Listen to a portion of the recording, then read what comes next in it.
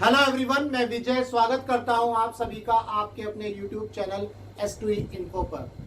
जैसा कि आप सभी को पता है, पिछले कुछ महीनों से ईपीएफओ की जो हायर पेंशन की न्यूज है वो काफी चर्चा में रही है।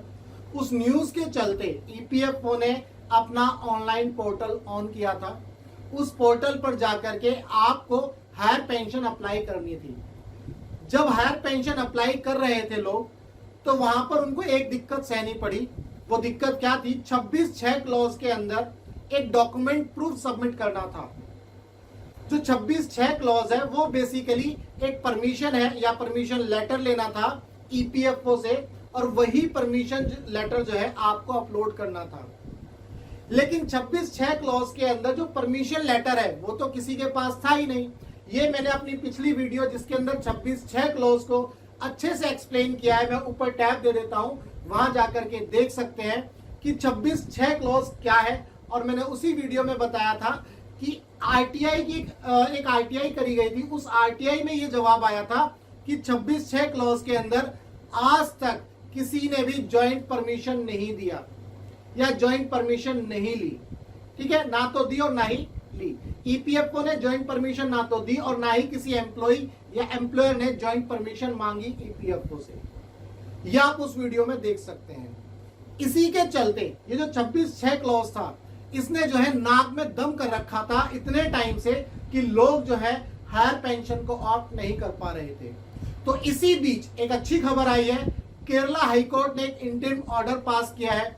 आज की इस वीडियो में हम इस इंटरिम ऑर्डर को जो है एक्सप्लेन करेंगे, इसको समझने की कोशिश करेंगे कि एक्चुअल में हुआ क्या है। इस ऑर्डर को एक्सप्लेन करने से पहले, वीडियो में आगे बढ़ने से पहले मेरी आपसे गुजारिश है, अगर आप चैनल पर नए हैं तो प्लीज चैनल को सब्सक्राइब जरूर करिएगा। S2E इन्फो यानी कि स्टार्ट टू एंड इन्फो, आपको पूरी जानकारी डिटेल में दी जाएगी।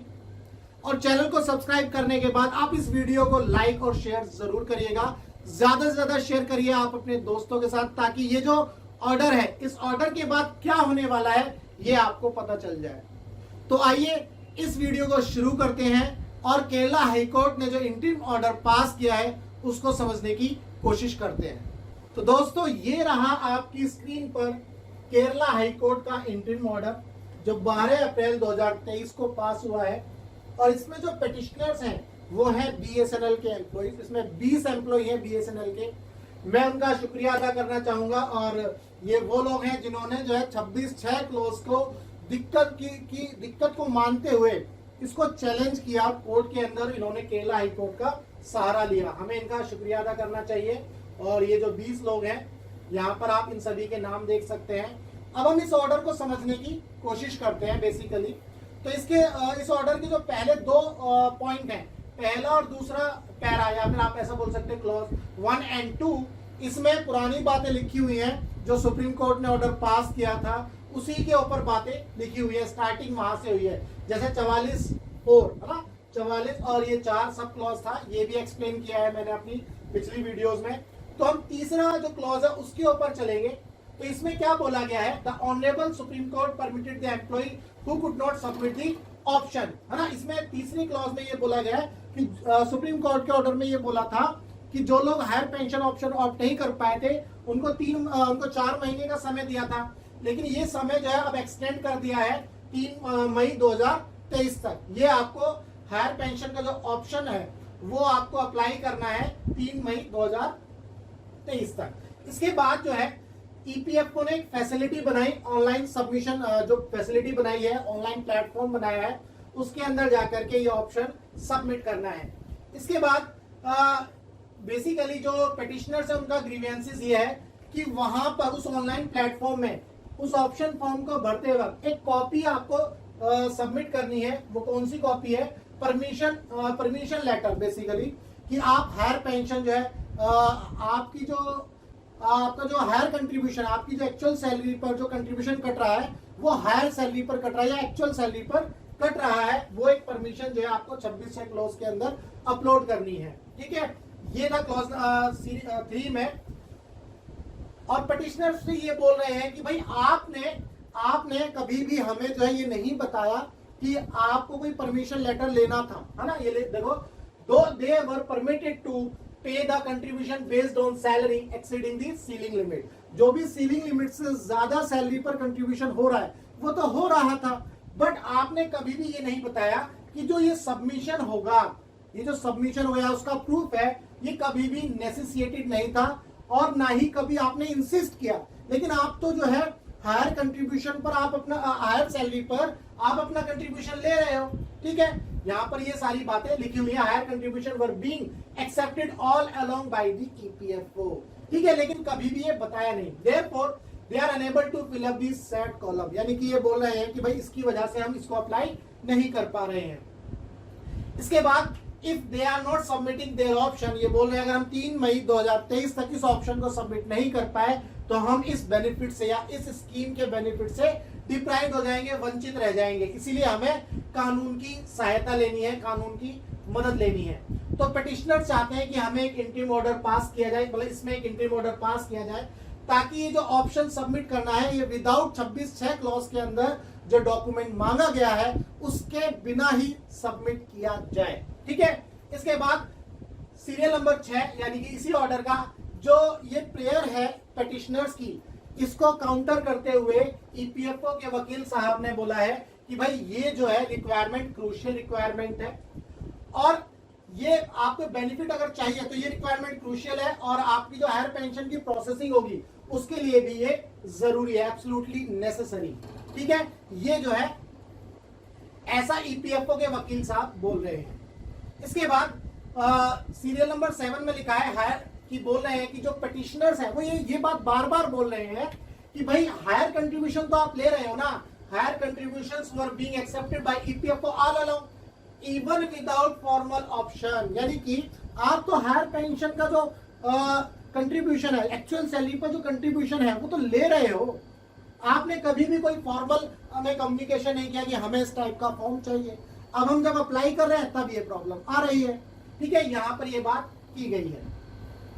इसके बाद सीरियल नंबर 8 में कुछ रेफरेंसेस दिए गए हैं जो बीएसएनएल के वकील साहब उन्होंने मेहनत ज्यादा करी इसमें और उन्होंने पुराने सर्कुलर का हवाला देते हुए ये बातें बोली हैं कि भाई 22/11/2006 का सर्कुलर था और उसमें ये बोला गया था कि अगर हायर पेंशन जो हायर कंट्रीब्यूशन है वो एक्चुअल सैलरी पर कट रहा है या एक्चुअल सैलरी पर जो भी कंट्रीब्यूशन कट रहा है यानी कि हायर सैलरी पर, वो जो है जब आप उसको एक्सेप्ट कर रहे हो तो अब ईपीएफओ की लायबिलिटी बन जाती है कि अब आप जो है हायर पेंशन को कंसीडर करो, ठीक है। इसके बाद इसमें एक सर्कुलर का और हवाला दिया गया था जो था आपका 22/1/2019 का। ये मैंने अपनी पिछली वीडियो में इस सर्कुलर को दिखाया भी था, लेकिन इस सर्कुलर को विड्रॉ कर लिया था, है ना, इस सर्कुलर को बहुत ही जल्द विड्रॉ कर लिया था।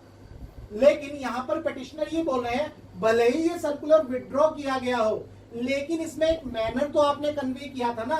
देखो यहाँ लिखा हुआ है भले ही ये जो सर्कुलर है इसको विड्रॉ किया लेकिन the said circular dated 22/1/2019 clearly conveys the manner in which EPFO treated the issue as regard the necessity of submitting option under para 26(6). EPFO एक तरफ तो खुद बोल रहा है कि भाई ये आप जो है पैरा 26(6) के अकॉर्डिंग कि भाई आपको जो आपने अगर हायर सैलरी पर कंट्रीब्यूशन दिया है तो आपको वो एक्सेप्ट करना है, यहाँ पर खुद बोल रहा है। देखो अब आगे भी बात करेंगे इसमें। सीरियल नंबर 11 पर बात करते हैं।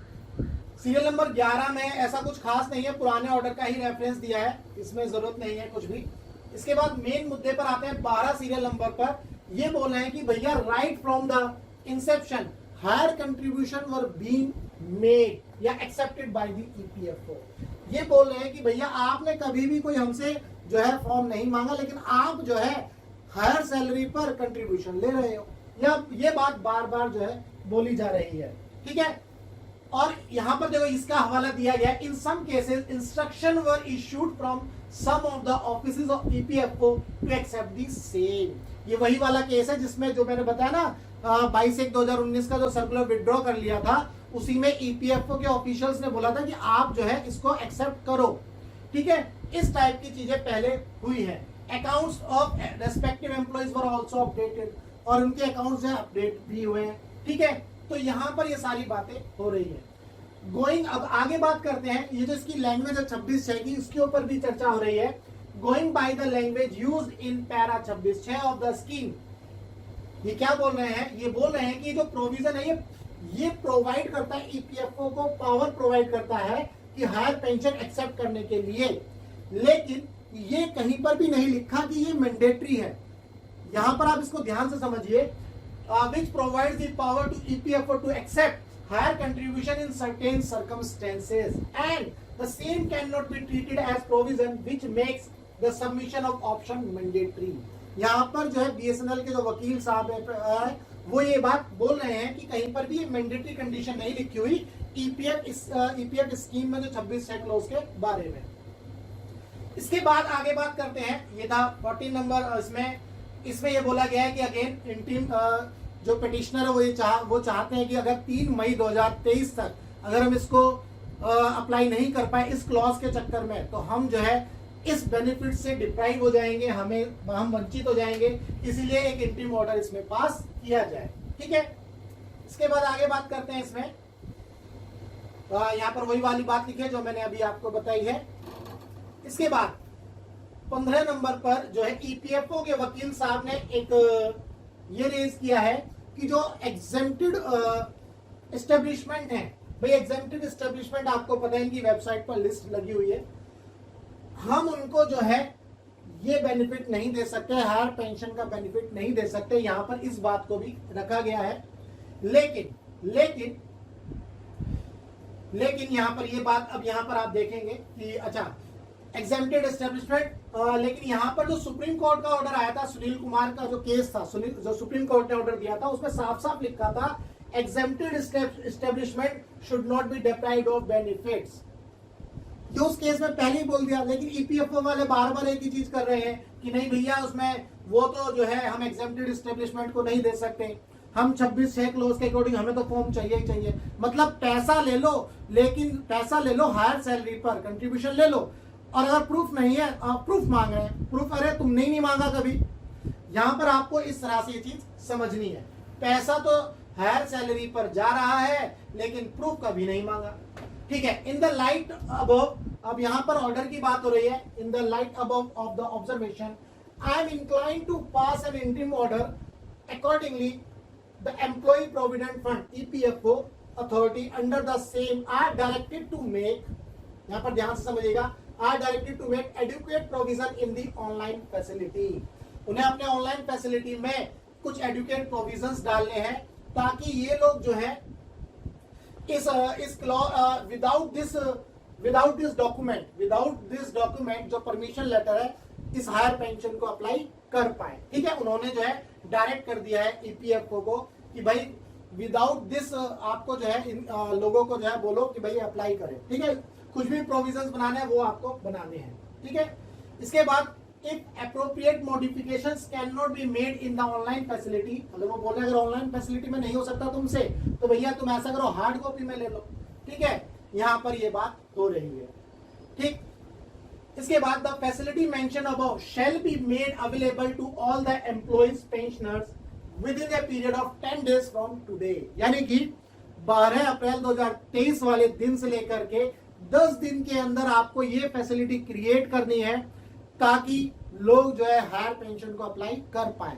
तो इसका मतलब यहाँ पर जो जज साहब है जियाद रहमान ए, इन्होंने जो है इंटीम ऑर्डर पास किया है और वो बोल रहे हैं 10 दिन के अंदर ईपीएफओ को कोई भी फैसिलिटी, चाहे वो ऑनलाइन हो ऑफलाइन हो किसी भी तरह से, लेकिन आपको जो है 26 क्लॉज के अंदर जो डॉक्यूमेंट चाहिए उसके विदाउट आप जो है लोगों से जो है ऑनलाइन फॉर्म भरवाओ, ऑप्शंस भरवाना है हायर पेंशन का।